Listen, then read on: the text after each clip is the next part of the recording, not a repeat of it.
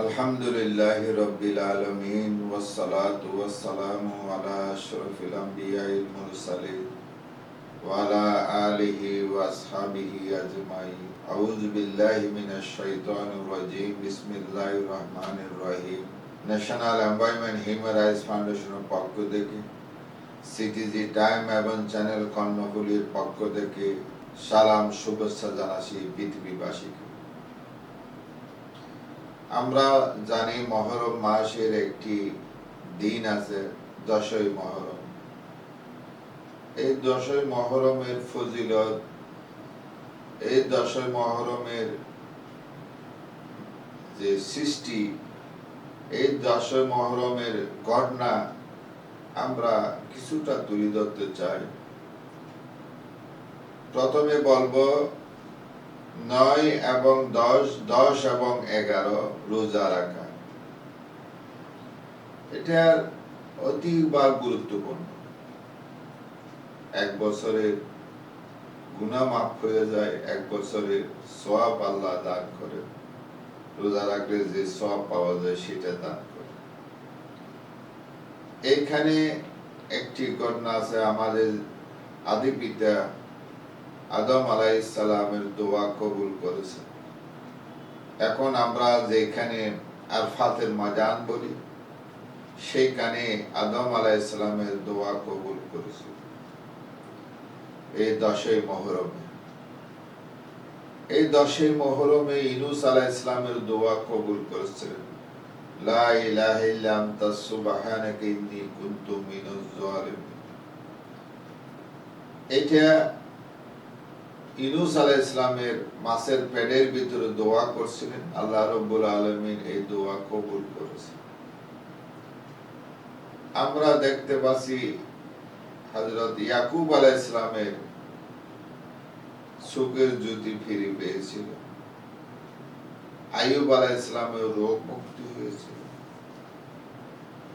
আমরা জানি হযরত ঈসা আলাইহিস সালাম আল্লাহর পয়গম্বর, এই দিনে জন্মগ্রহণ করেছিলেন।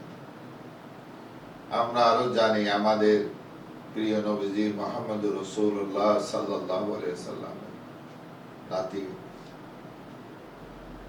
হোসেন রাদিয়াল্লাহু তাআলা আনহু আর কারবালার প্রান্তে শাহাদাত বরণ করেছে, নির্মমভাবে শাহাদাত বরণ করেছে। এই ঘটনা, এই দুনিয়াটা এই মহরম মাসের 10 তারিখ শেষ হয়ে যাবে। এত সুন্দর পৃথিবী আমরা দেখব না, আমাদের পূর্বপুরুষেরা আর থাকবে না, আমাদের ভবিষ্যৎ সন্তানরাও থাকবে না, সবাইকে চলে যেতে হবে। আল্লাহ ছাড়া কেউ থাকবে না, ফেরেশতারাও থাকবে না। আজরাইল ইসলাম যিনি আমাদের জান কবজ করে, তিনিও থাকবেন। এটা কিয়ামত কায়েম হবে, বিচার হবে। সে বিচারের অপেক্ষা আপনার সবাইকে থাকতে হবে। কেউ কবরে আছে, কেউ দুনিয়াতে আছে, কেউ দুনিয়াতে আসবে, কিন্তু দুইটা জিনিস নিয়ে আমাদেরকে যেতে হবে। সেই জিনিসটার নাম হলো ভালো মন্দ, ভালো আমল করা আর খারাপ থেকে বিরত থাকা। খারাপ কাজ থেকে নিজকে বিরত রাখা। তাহলে এই যে মহরম মাসের, যে মহরম মাস আমাদের জন্য এসেছে, সেই গুণে গুণান্বিত হতে পারবে। আমাদেরকে এসব ঘটনা বলে আল্লাহ রাব্বুল আলামিন কেন দেখাচ্ছেন?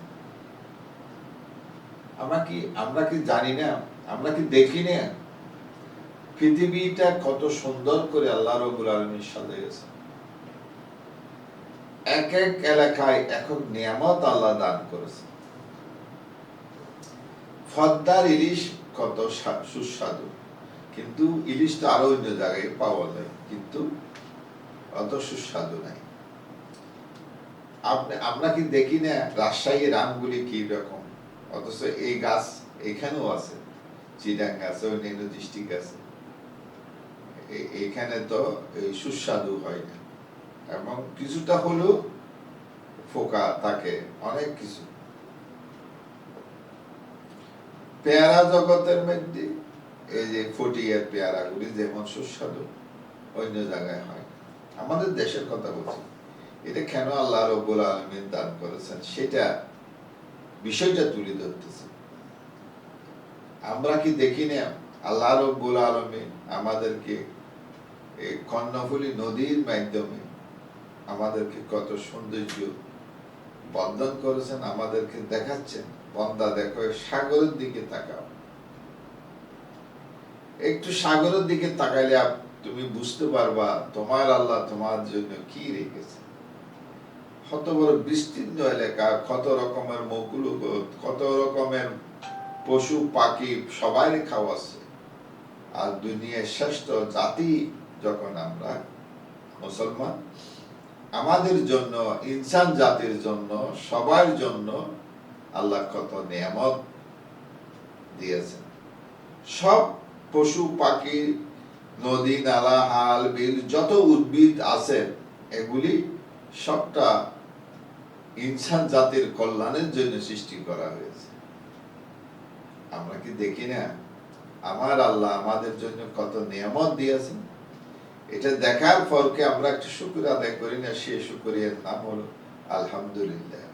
আল্লাহ আমাদেরকে খাওয়াচ্ছ, পড়াচ্ছ, কত কিছু দিয়েছ, সেটা আমরা শুকর করি, শেষ করতে পারবো না। তার নাম হলো আলহামদুলিল্লাহ। এই আলহামদুলিল্লাহ শব্দটা আল্লাহর কাছে অধিক প্রিয়।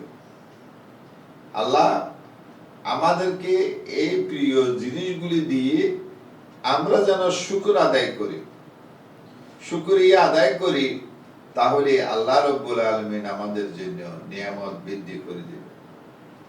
আমরা সেই নিয়ামত পাওয়ার জন্য খাওয়ার পরে, চলাফেরার সময় তাওয়াক্কালতু আলাল্লাহ, এই ঘর থেকে বাইর হব,